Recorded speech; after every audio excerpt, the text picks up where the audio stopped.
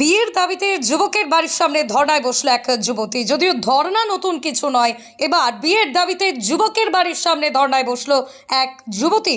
ঘটনায় ব্যাপক চাঞ্চল্য ছড়িয়েছে মেখেলিগঞ্জ মহকুমার হলদিবাড়ি ব্লকের দেশবন্ধু পাড়া এলাকায়।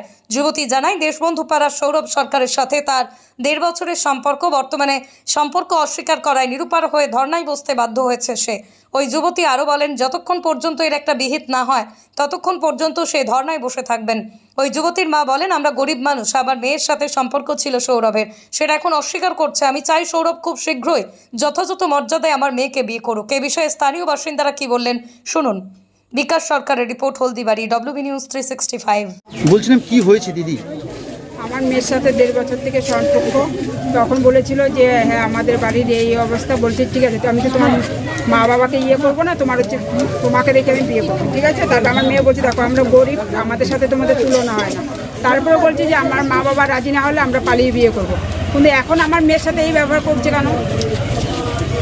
বলছিলাম আপনার মেয়ের সাথে এই ছেলের সম্পর্ক কয়দিনের? 1.5 বছরের। আপনি কখন জানতে পেরেছেন? আমি তো এই বাড়িতে আসার পর জানতে পারলাম যে আমার মেয়ের সাথে এই অবস্থা। কতদিন হলো জানা আপনার? আমার জানা হলো 2 বছর, 2 মাস হলো। আচ্ছা, তো এখন কি সিদ্ধান্ত নিয়েছেন আপনি? আমি চাচ্ছি যে আমার মেয়ের সম্মান করে চায় তাকেই বিয়ে করতে হবে, ব্যাস। এর থেকে আমি আর বেশি কিছু চাচ্ছি না। বলছিলাম এই ধর্নার আগে ছেলের বাড়ির সাথে কি কথা হয়েছিল?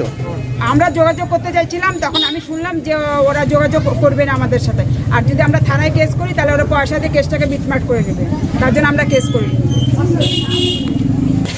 তো এখন কি চাইছেন? আমি চাচ্ছি আমার মেয়ের বিচার। তো ধর্ণা কতক্ষণ চলবে? যতক্ষণ ওরা বাড়ির ফ্যামিলি না বসবে ততক্ষণ থাকবে। ফ্যামিলি কি বাড়িতেই আছে? হ্যাঁ, ওরা বাড়িতেই আছে। বলছিলাম আপনার মেয়ে অসুস্থ, হ্যাঁ, তারপর ধর্নায় বসছেন। ওকে ডাক্তার ছুটি দিচ্ছিল না, বলছে তোমাকে আরো 2 দিন থাকতে হবে, তাও ওই ছুটি চলে আসলো। এই তো এইটাও তোর বাবা লোটাচ্ছে, এই বলে পয়সা দিয়ে করবে, এই বলে এই করবে, আমাদেরকে বলে দেখতে গেছে হসপিটালে। কেউ একটা ফোন করে আমাদের খবর নেয়নি যে আমার মেয়েটা কেমন আছে না আছে। তার ছেলের জন্য তো এত কিছু হলো। যদি আমার মেয়েটা যদি সম্মান হতো তখন কি এর থেকে বড় ক্ষতি হলে কে তার দায়ী হতো? আর বাবা মা দায়ী হতো তার? বলছিলাম ছেলের বাড়িটা কোথায়? ছেলে বাড়ির সামনে দাঁড়িয়ে আছি আমরা। মানে এই জায়গাটার নাম কি? এই জায়গাটার নাম হচ্ছে দেশবন্ধু পাড়া। ছেলেটার নাম কি? সৌরভ সরকার। কি ঘটনা করছে এই এলাকায়? এই ঘটনা সম্বন্ধে আমার কিছু জানা নাই।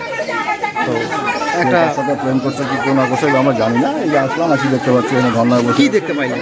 মেয়েটা ধর্না বসে আছে, আর এখানকার প্রতিবেশীরা তাদের বলছে থানায় গিয়ে কমপ্লেন করো, এরকম পাড়ার মধ্যে এই সমস্ত না করাই ভালো।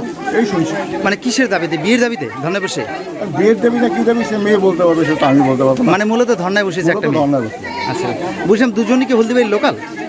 হ্যাঁ, যতটুকু জানি মেয়েটার বাড়ি ইন্দিরা কলোনি, 11 নম্বর ওয়ার্ড। আচ্ছা আচ্ছা। এটুকু জানি। আর বলছিলাম এখানে কি ছেলেটার বাড়ি? ছেলের বাড়ি এটা। ছেলেটার কি নাম দাদা? ছেলের নামটা সঠিক জানি না। বলছিলাম কোথায় আপনার বাড়ি কোথায়? আমার বাড়ি 10 নম্বর পাশে। মানে এই হলদিবাড়ি এলাকায়? হলদিবাড়ি। কি নাম দাদা আপনার? আমার নাম সজল। অনেক ধন্যবাদ।